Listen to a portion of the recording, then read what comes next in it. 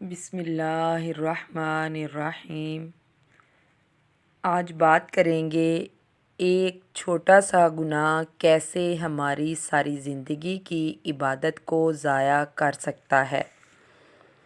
Channel پر نئے ہیں تو سبسکرائب کریں۔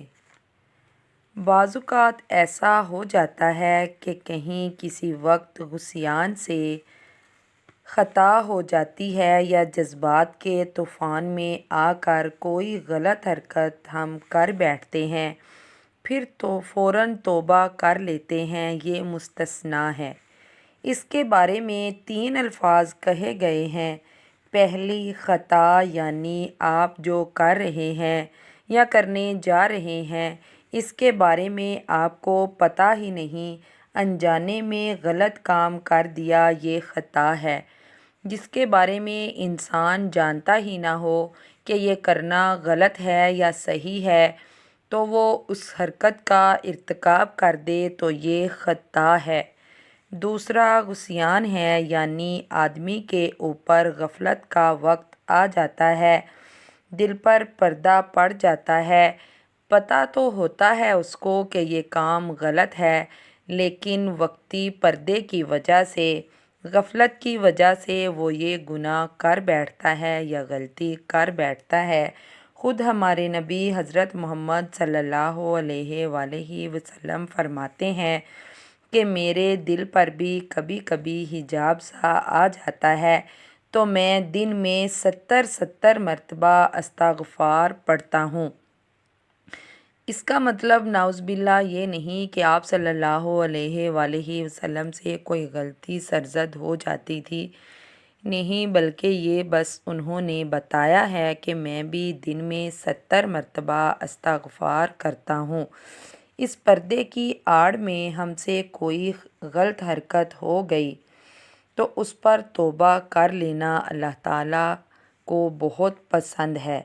نمبر 3، جذبات کا کوئی ایسا ہیجان ہو جاتا ہے جس سے انسان کی قوت ارادی معطل ہو جاتی ہے، لیکن پھر وہ توبہ کر لیتا ہے، یعنی جو ہی وہ جذبات کا زور ٹوٹتا ہے تو وہ خود کو مخاطب کر کے کہتا ہے کہ یہ میں نے کیا کر دیا، یا مجھ سے یہ کیا ہو گیا، یہ میرے سے غلط ہو گیا۔ پھر جتنی بھی اس نے غلطیاں کی اس پر وہ شرمندہ ہو جاتا ہے، دعا کرتا ہے اللہ تعالیٰ سے، استغفار کرتا ہے تو اللہ تعالیٰ اسے معاف کر دیتا ہے۔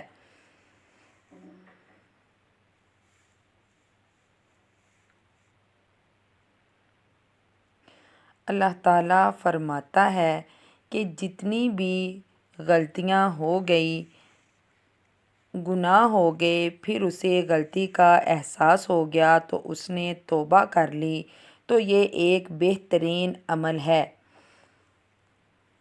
یکفر عنہ سیئاتہ، اس کا مطلب ہے یعنی اسپنج کر دیا گیا اس کے گناہوں کو، یعنی اس کے گناہوں کو مٹا دیا اس کی اس توبہ نے۔ ہاں، اس کے برعکس اگر ایک گناہ انسان جان بوجھ کر کرتا ہے اور پھر اس پر مستقل ڈٹا رہتا ہے، باقی 99% وہ ہر وقت عبادت میں لگا رہتا ہے، تو صرف ایک حرام چیز کو اپنے اوپر حلال ٹھہرا لیتا ہے، شعوری طور پر جانتے ہوئے متانت کے ساتھ اس کو مستقل طور پر اپنا لیتا ہے، تو یہ ایک گناہ ہے جو پوری عبادت کو ضائع کر دیتا ہے، اور اس کو ہمیشہ آگ میں رہنے کی وعید سنائی گئی ہے۔ جو جان بوجھ کر گناہ کرتا ہے اور اس پر ہمیشہ کے لیے ڈٹ جاتا ہے تو اللہ تعالیٰ نے قرآن پاک میں اسے ہمیشہ آگ میں رہنے کی وعید سنائی ہے۔ گناہ کسی بھی طرح کا ہو، اگر جان بوجھ کر کیا تو وہ ساری زندگی کی عبادت کو برباد کر دیتا ہے۔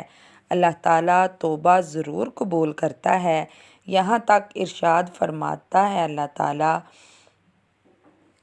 کہ اللہ تعالیٰ کے ذمے ہے ایسے لوگوں کی توبہ قبول کرنا جو کوئی بری حرکت جہالت کی وجہ سے کر بیٹھتے ہیں، نادانی میں آ کر وہ کوئی غلط کام کر لیتے ہیں، تو اللہ تعالیٰ کے ذمے ہے ایسے لوگوں کی توبہ قبول کرنا۔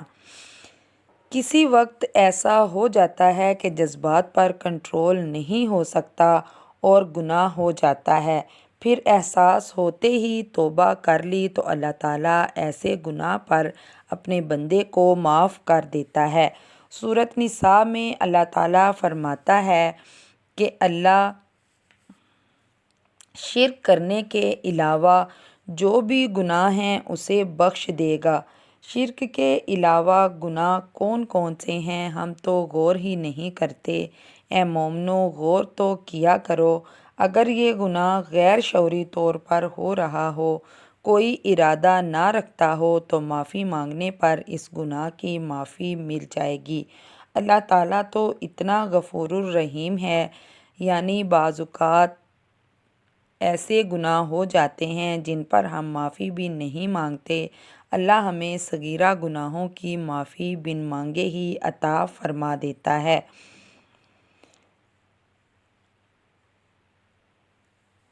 اب یہاں کچھ لوگوں کے دلوں میں وسوسہ پیدا ہوتا ہے کہ پتہ نہیں اللہ نے ہمیں معاف بھی کیا ہے کہ نہیں۔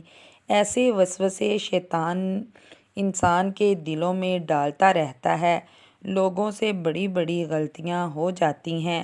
ہم بھی ایسے لوگوں میں ہی شامل ہیں۔ کسی نے کسی کے ساتھ بڑی زیادتی کر دی، کسی کا حق مار لیا، کسی پر بہتان لگا دیا، کسی کی چیز چرا لی۔ مختلف گناہوں میں لوگ ڈوبے ہوئے ہیں، لیکن ان سب کے باوجود اگر انسان شرمندہ ہو جائے، اللہ سے پکی سچی توبہ کر لے تو اللہ تعالیٰ فرماتا ہے، اے انسان، اگر تو گناہوں کا اتنا ڈھیر بھی لے کر آ جائے کہ اس سے زمین آسمان کا خلا بھر جائے تو پھر بھی میں تمہیں معاف کر دوں گا۔ تو ہم اللہ تعالیٰ پر یقین سے، توکل سے معافی مانگیں گے تو پھر اللہ تعالیٰ کا وعدہ ہے کہ سوائے حقوق العباد کے جو میرے معاملات ہیں میں تجھے معاف کر دوں گا۔ اب جو زیادتی آپ نے کسی بندے سے کی ہے، اس کی معافی تو آپ کو اسی سے مانگنی پڑے گی۔ اب یہ اس کی مرضی ہے کہ وہ آپ کو معاف کرتا ہے یا نہیں کرتا، یہ اس کی مرضی ہے، لیکن اللہ تعالیٰ معاف کرتا ہے اور معاف کرنے والے کو پسند کرتا ہے۔ ہمیں چاہیے کہ جب ہم سچی توبہ کر لیں اور پھر دوبارہ گناہ نہ کرنے کا ارادہ کر لیں تو اس کو یقین کو پختہ کریں کہ اللہ تعالیٰ ہمیں ضرور معاف کر دے گا۔ اگر غلط وسوسے دل میں آ بھی جائیں تو استغفار کر لینا چاہیے۔ گناہ سے خود کو بھی روکیں اور دوسروں کو بھی گناہ سے روکنا چاہیے۔ جو کوئی گناہ اپنی آنکھوں کے سامنے ہوتا دیکھے، اس کو بھی چاہیے کہ اپنے حصے کا کردار ادا کرے، ایسا سوچ کر کہ ہمارا کیا لینا دینا، خاموش رہنا بھی ایک گناہ ہے۔ اسی بات کی وجہ سے سارا معاشرہ خراب ہو رہا ہے، گناہ سرعام فروغ پا رہا ہے۔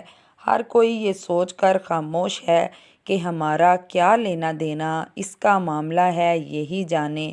بھئی یہ ہمارا معاشرہ ہے، ہم اس معاشرے کا حصہ ہیں، ہر چھوٹی بڑی برائی اس معاشرے پر اثر انداز ہوتی ہے۔ ڈائریکٹ یا انڈائریکٹ ہمارا ایک دوسرے سے لینا دینا تو ہے، اس لیے جو بھی برائی دیکھیں جہاں تک ہو سکے روکنے کی کوشش ضرور کریں۔ تو بات ہے ارادتاً گناہ کرنے کی کہ یہ گناہ ہماری ساری زندگی کی عبادت کو ضائع کر سکتا ہے۔ کوئی بھی گناہ جس کے بارے میں ہم جانتے ہیں اور کرتے ہوئے کہتے ہیں کہ چلو کوئی بات نہیں، اللہ معاف کرنے والا ہے، اللہ ہمیں معاف کر دے گا، ایسے گناہ سے خاص طور پر پرہیز کرنا چاہیے، خود کو روکنا چاہیے۔ جس گناہ پر آپ مستقل پکے ہو گئے ہیں اس کو چھوڑنا مشکل تو ہے لیکن ناممکن نہیں۔ آہستہ آہستہ کوشش کریں گے تو انشاءاللہ نجات پا جائیں گے۔ اللہ تعالیٰ ہم سب کو معاف فرمائے۔ ایسے گناہوں سے کرنے کی اللہ تعالیٰ سے توبہ کریں جن کی معافی نہیں مل سکتی۔ جو گناہ ہم ارادہ کر کے کرتے ہیں وہ ہماری عبادتوں کو ضائع کر دیتے ہیں۔ ان گناہوں سے بھی بچیں جن کے بارے میں ہم نہیں جانتے، اور جن کے بارے میں جانتے ہیں ان سے بھی بچیں۔